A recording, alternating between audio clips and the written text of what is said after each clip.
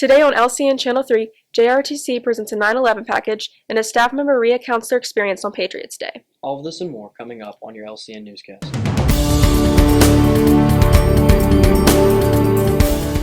This is Addison Posey And Zane Stewart with your first LCN Newscast of the year. Here are your LCHS headlines. The JROTC program offers many scholarship opportunities. See Chief Miller or Master Sergeant Linger for more information. The LCHS Key Club is sponsoring Kiss a Freshman. That is a Hershey Kiss. Students can buy Hershey Kiss and have it delivered to their freshman of choice. Fairmont State University will be at our school during lunch on September 18th. Choir and JRTC are both hosting fundraisers. See a member for more information. Student Council is finally making preparations for homecoming. They have a lot of fun things planned.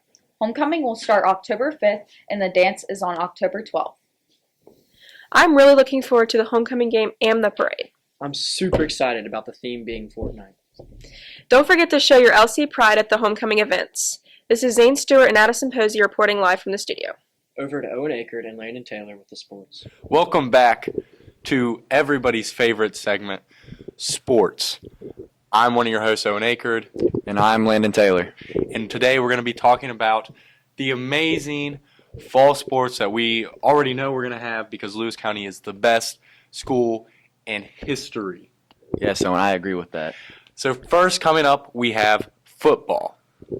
Football, one of the best sports ever created. I agree. Greatest sport in this country. Yes, greatest sport in the country. You know, you get to hit people, you get to throw a ball, you get to run a ball, you get to kick a ball. But most importantly, you get to hit people. Our Lewis County Minutemen are currently 1-1, holding a loss to Fairmont Senior and winning last Friday against Braxton County. Oh, and if you don't mind me saying, football is a great sport. I agree with that. But how about the Lewis County fans? Yes. How did they show out for you The guys? Lewis County fans showed up and they were excited and they were ready for the first home game of the season. And I'm impressed. I'm impressed with the student section. I was impressed with everybody. As a leader, I feel like that is one of the best ones we've ever had here at Lewis County High School. Would you agree with that? Yes, I would agree. And now speaking of the best, let's move on to boys soccer. Boys soccer, everybody knows we're coming off a state title run. We did not win it last year, but this year we're coming stronger than ever. Winning our first 3 games, 10-0, 5-1, and 4-2. You already know how it goes. Boys soccer, we're the best. And you think we should move on, or do we need to talk a little bit more? I think that's enough said about boys soccer and how they're the best. The best. But let's go on to another surprising group in all reality is girls soccer, coming up with 3 wins already early in the season and just showing up and proving that they are contenders this year. Yeah. They have the chances to make the regionals, even states this year. They are showing out, and they are dominating the competition so far. I agree. I totally agree. Girls soccer has always had a rough couple of years in the past, but this year they are stepping up and have improved significantly, and you can tell.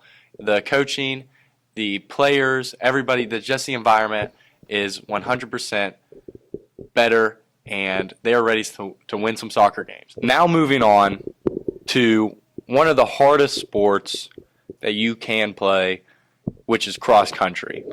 I wouldn't say so much play, but run. Yes, run. Run. I definitely could not run like they do.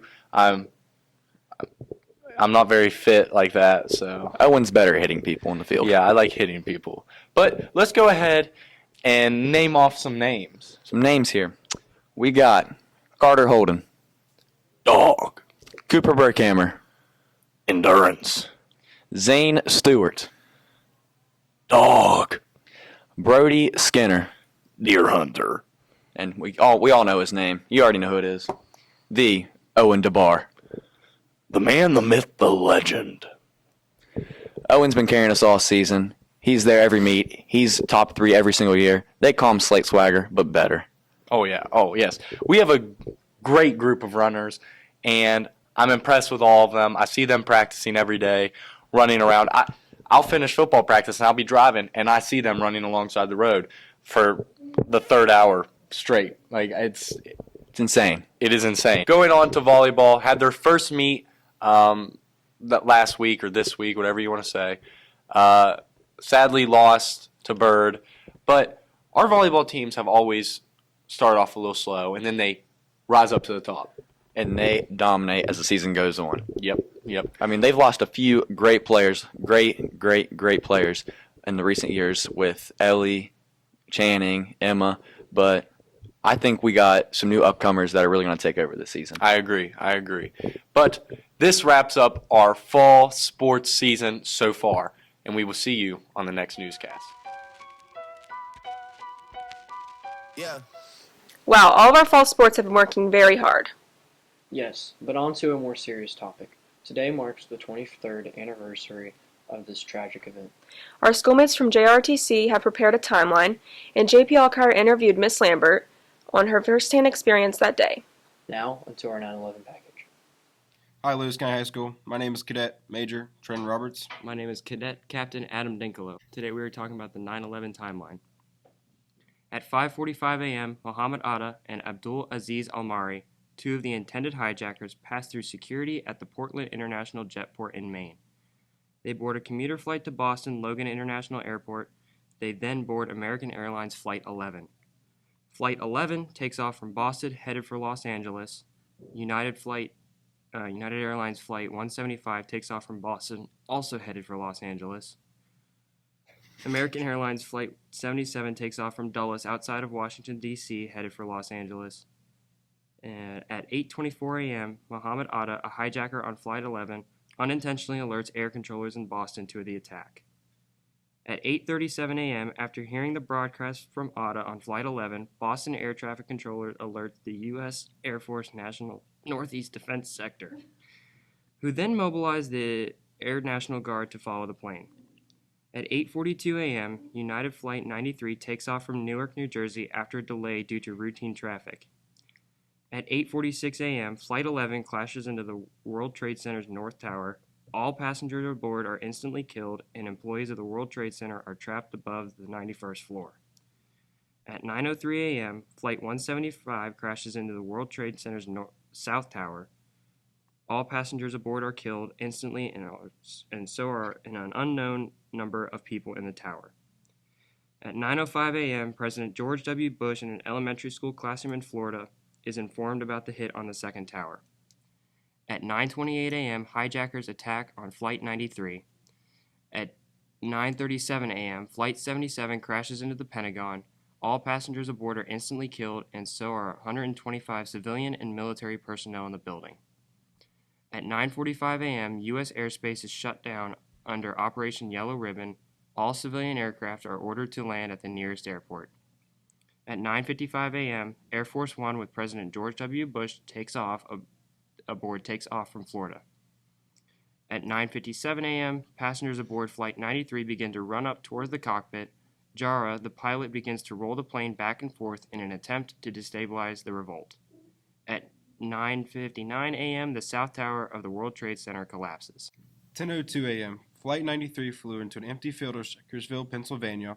Although its unlimited target is unknown, it was likely headed for either the White House or the USA Capitol. 10:18 a.m. President Bush authorized any non-ground planes to be shut down. 10:28 a.m. The North Tower of the World Trade Center collapsed. 10:53 a.m. Secretary of Defense of Donald Rumsfeld ordered the USA Army to move to a state of alert, going to Deep Cod 3. 11:45 a.m. Air Force One lands in Buckersville Air Force Base near Louisiana. 12:15 p.m. Airspace in the United States is complete free of all commercials and private jets. 1:30 p.m. Air Force One leaves Buckersville. 2:30 p.m. The mayor of the New York City visits the falling twin towers of the World Trade Center as what becomes known as Ground Zero. 3 p.m. Air Force One leaves at Alfred Air Force Base, Nebraska, and President Bush is immediately taken to a secure bunk. 4:30 p.m. Air Force One leaves Alfred and heads back to Andrew Air Force Base near Washington, D.C. My name is JP Alkire, and I'm here with our new principal, Mrs. Lambert, and she's going to talk to us about her remembrance of 9/11.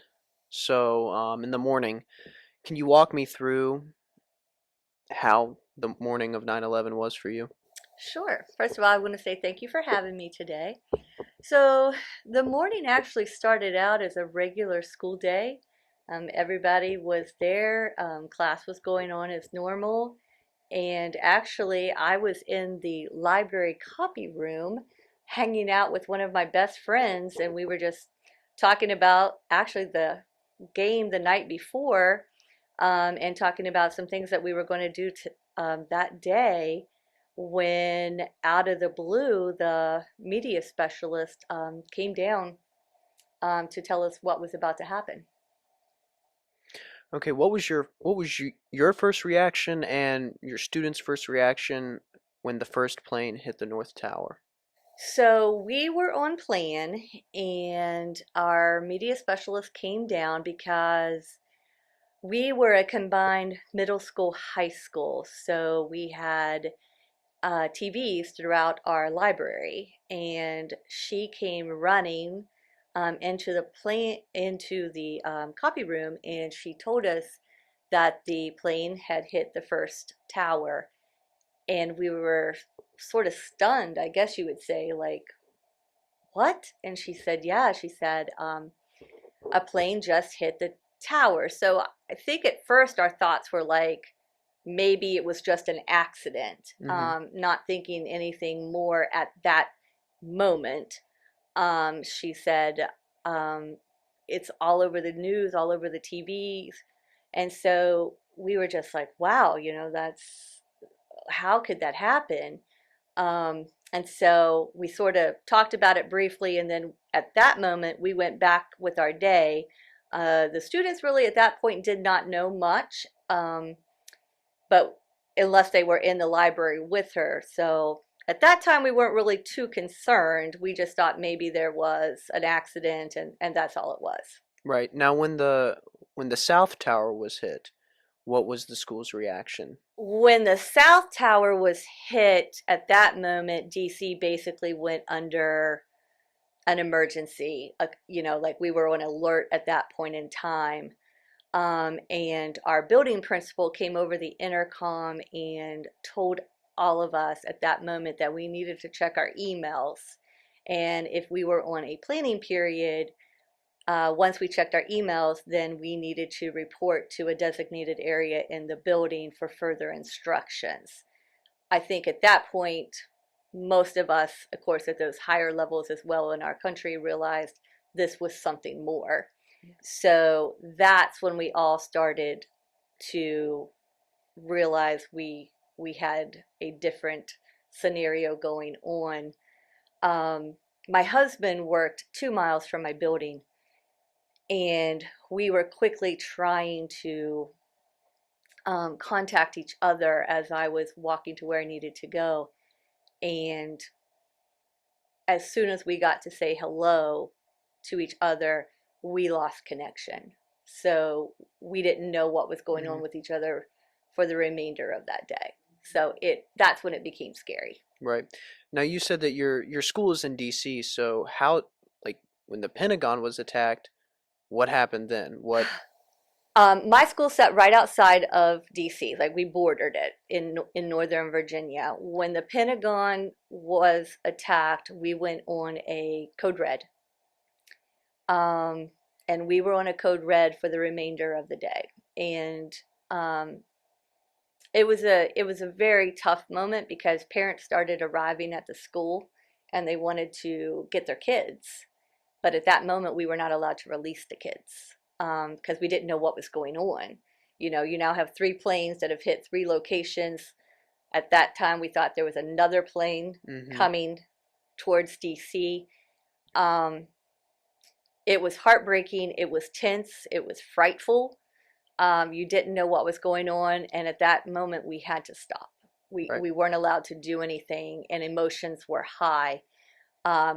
The students started panicking because they couldn't understand why was everybody sort of on edge themselves, and we were not telling them what was going on. We just knew that it was big. And then the concern also that was a lot of our students had parents in the Pentagon. And not only did they have parents in the Pentagon, there were daily commutes from DC to New York. So we also knew that we were going to have parents with the possibility Mhm. with lives lost Right. in the up there. So it was a very difficult situation, and everybody trying to stay calm to keep the kids calm Right. as we were figuring out what we had to do next. Right. Now as the day ends and as the school day ends, how did the school handle, letting the kids out, and how did they handle ending the school day? So eventually we got word that we were going to be allowed to release, and it wasn't at our typical dismissal time. It was actually a little later than that. And we had to release kids by releasing according to driver's license and parent identification to the card one by one. So that obviously took some time. The other part of that was also difficult is that everything came to a standstill that day. It was a very difficult moment because for a very hectic city, the metro was stopped, the planes weren't flying, your buses weren't moving, so roads were shut down. So it also became a nightmare. So it took a little longer to get our children home that day because the different resources that they used to travel was also at a halt. And that was rough. And you had military and police at different intersections. You had snipers flying above. Everything was quiet. And so our day ended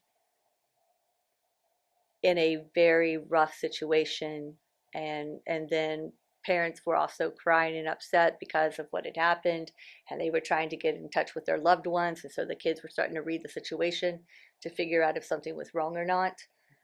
So it was a very difficult day that I will never forget. Now, how was school like following 9/11? So on 9/12, 9/13. We weren't in session for a couple of days. And then when we came back, we actually had a staff meeting talking about what was going to happen because we were a very affluent school, but we were also a very diverse school. And unfortunately, with that diversity came conflict. And we had to handle that conflict, especially with our high school students. Right. And unfortunately, it was difficult, but we did make it through it. So that was tough. That was tough. But we did have several days off due to everything that had happened, and then, we had to bring in counselors and things like that, and then work through the issues within the diversity. Okay. Now, reflecting on that day, is there any memory from that day that resonates with you more than others, or that you continue to look back on and think about? I would say the biggest memory I have is when you live in a major city, it's always hustle and bustle. And that day, the city truly came to a halt. The radio was off the air, no planes flying, and when you have two major airports, you can imagine how many planes were always in the air. And our home was situated right next to one of the airports. So as planes were taking off and landing, it's like we were able to almost wave at those planes. And that day we were not, there was nothing. It was silent. It was so quiet commuting home that you could actually hear the flags out in front of the businesses whipping with the wind. Nobody was outside. No one was at the parks. We lived in an HOA, so basically we lived in planned communities, and usually you had kids outside playing. It was still September, so our pools were still open and nobody was doing anything. It was the stillness, it was the quietness that I think we'll never forget. And I think it was the scariness of knowing that my husband and I were just literally not even 2 miles away from each other, and he didn't know if I was okay, and I didn't know if he was okay, because communication went down too. They locked us out, and that was frightening because we didn't know. We didn't know if we were okay until both of us made it home that night. And you walk in the door, and I think that was probably the tightest we've ever hugged each other, with tears to say, "You're okay." Right. We did this. And then our poor family is back home in West Virginia watching this all unfold, and they can't get in touch with us either. Right. So, I mean, if I had to say one thing that I think always, most of you here know me, and you know me well, and you hear me say it, I don't take any code just for, it's just a drill. Because after living through that, it's always on my mind. Right. And I think that's what resonates with me. Thank you, Ms. Lambert, for sharing your experiences with us. And thank you to the JRTC for that incredible timeline. We collectively want to express our gratitude to all the people who saved lives that day. From first responders to the Good Samaritans, we acknowledge you and we thank you. This has officially been our first newscast of the 2024-2025 school year. Thank you for watching, and we hope to see you in our next broadcast. Peace out, Lewis. Wow, all of our okay. Can you pause that? Right. Far sports. I said Owen's name right. Yeah. Weezy out here.